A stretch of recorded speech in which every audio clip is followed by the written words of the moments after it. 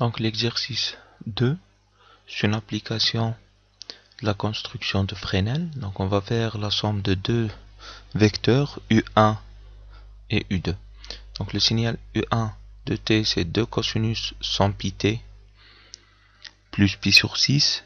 Et le signal U2 de t, c'est 6 cosinus sans pi t plus 2 pi sur 3.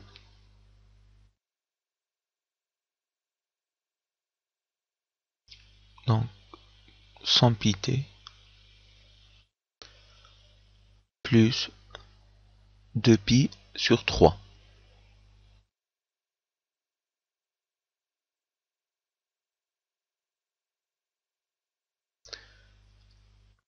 Donc le module de U1 c'est 2 et sa phase c'est pi sur 3 et le module de U2 c'est 6 et sa phase est 2 pi sur 3. Donc je vais essayer de les dessiner.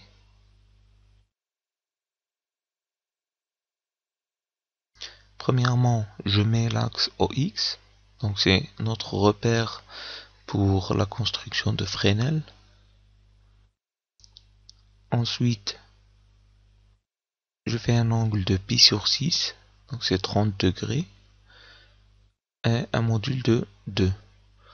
Donc ce vecteur, c'est le U1.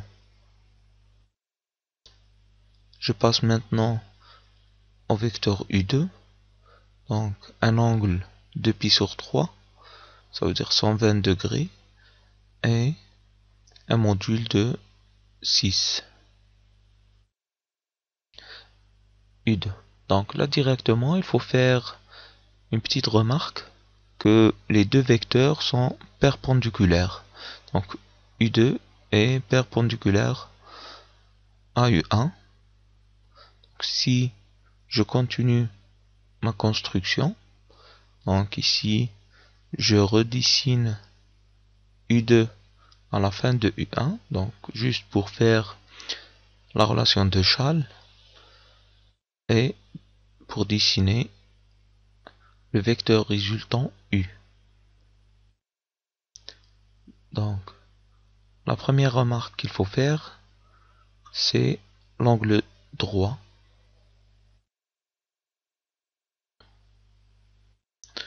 Parce que 2 pi sur 3 moins pi sur 6 est égal à pi sur 2.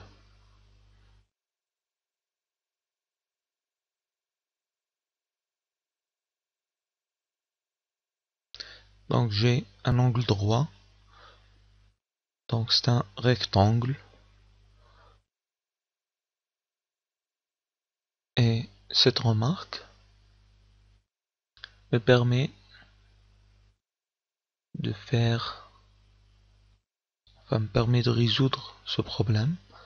Donc U, le module, je peux utiliser Pythagore, tout simplement. Donc U au carré est égal à U1 au carré plus U2 au carré.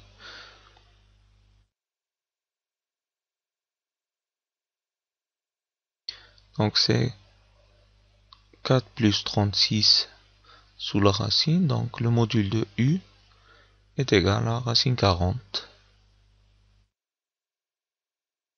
qui est égal à 6,32. Donc, si je vérifie avec la règle, effectivement, j'ai 6,3. Je passe maintenant à l'angle, donc la phase de U. Donc, je vois bien que j'ai un triangle rectangle. Donc, je peux utiliser les relations, donc cosinus et sinus. Par exemple, j'ai un angle alpha entre U2 et U. Donc je peux déterminer ce alpha. Donc je sais bien que cosinus alpha est égal à U2 sur U. Donc alpha, donc c'est sur U. Donc alpha c'est arc cosinus 6 sur, donc non, ici c'est sur U, donc c'est 6 sur 6,32. Donc c'est ça, 6,32. Donc je peux déterminer le alpha par la calculatrice. Donc c'est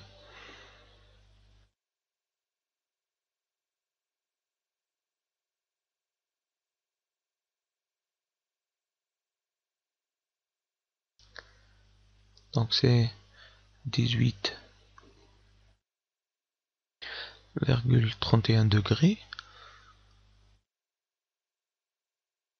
Et là, l'angle de U, bien la phase de U, est égale à la phase de U2 moins alpha.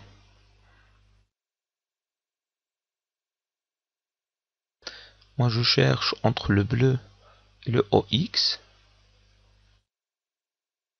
Donc c'est θ. Et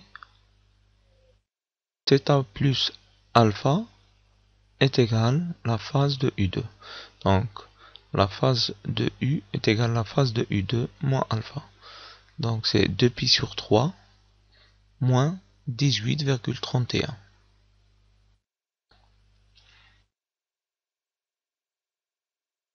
Qui est égal à 101,69 degrés.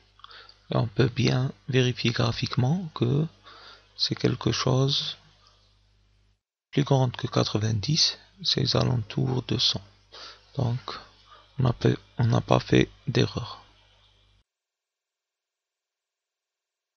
Donc je peux écrire U1 plus U2 est égal à 632 cosinus 100 pi t plus 101,69. C'est le résultat.